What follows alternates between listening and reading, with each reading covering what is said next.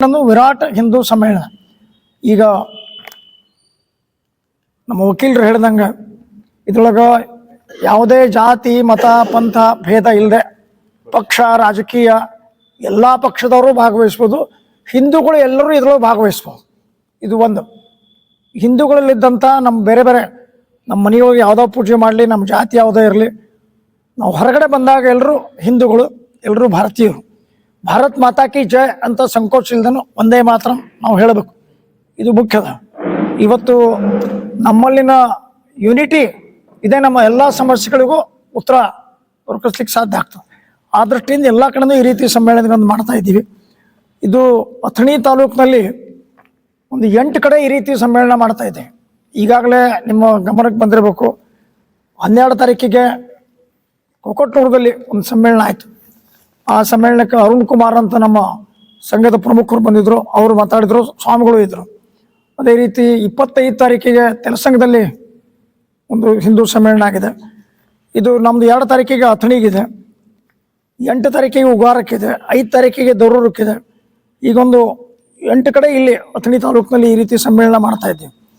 ಇದು ಅಥಣಿದ ಸಮ್ಮೇಳನ 2 ತಾರೀಕು ಮಧ್ಯಾಹ್ನ 3 ಗಂಟೆಗೆ ಶೋಭಾಯಾತ್ರೆ ಒಳಗಿಂದ ಶುರು ಆಗ್ತದೆ. ಶೋಭಾಯಾತ್ರೆ ಸಿದ್ದೇಶ್ವರ ಅಗಸಿ ಹತ್ರ ಏನು ವಿದ್ಯಾಪೀಠ ಗ್ರೌಂಡ್ ಅದ, ಆ ಗ್ರೌಂಡ್ದಿಂದ ಪ್ರಾರಂಭ ಆಗಿ ಊರೊಳಗಿನ ರೂಟ್ ನಾವೆಲ್ಲ ಪಂಪ್ಲೆಟ್ಗಳು ಕೊಟ್ಟಿದ್ದೀವಿ. ಆ ರೂಟ್ ಪ್ರಕಾರ ಇದು ಇಲ್ಲಿ ನಮ್ಮ ಭೋಜರಾಜ್ ಕ್ರೀಡಾಂಗಣದಲ್ಲಿ ಸಭೆ ರೂಪದೊಳಗೆ ಪರಿವರ್ತನೆ ಆಗ್ತದೆ. ಈ ಒಂದು ಶೋಭಾಯಾತ್ರೆ ಒಳಗೆ ಎಲ್ಲರೂ ಒಟ್ಟು ಸಮಾಜದ ಎಲ್ಲ ಬಂಧುಗಳು ಸುಮಾರು 8,000 10,000 ಜನ ಭಾಗವಹಿಸ್ತಾರೆ ಅಂತ ಅಪೇಕ್ಷೆ ಇದೆ. ಇದು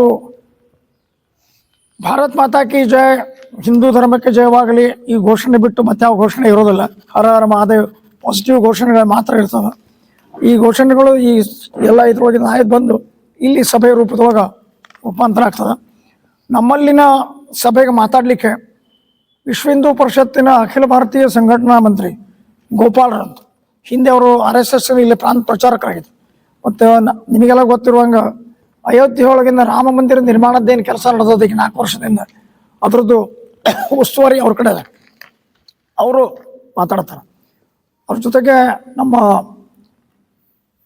ನಿಟಸೋಸಿ ಜಗದ್ಗುರುಗಳು ನಿಜಲಿಂಗೇಶ್ವರ ಸ್ವಾಮಿಗಳು ಈಗ ಜೂನಿಯರ್ ಹೊಸದಾಗಿ ಏನವ್ರು ಬಂದಾರೆ, ಅವರು ಈ ಕಾರ್ಯಕ್ರಮದಲ್ಲಿ ಅವರು ಮಾತಾಡ್ತಾರೆ.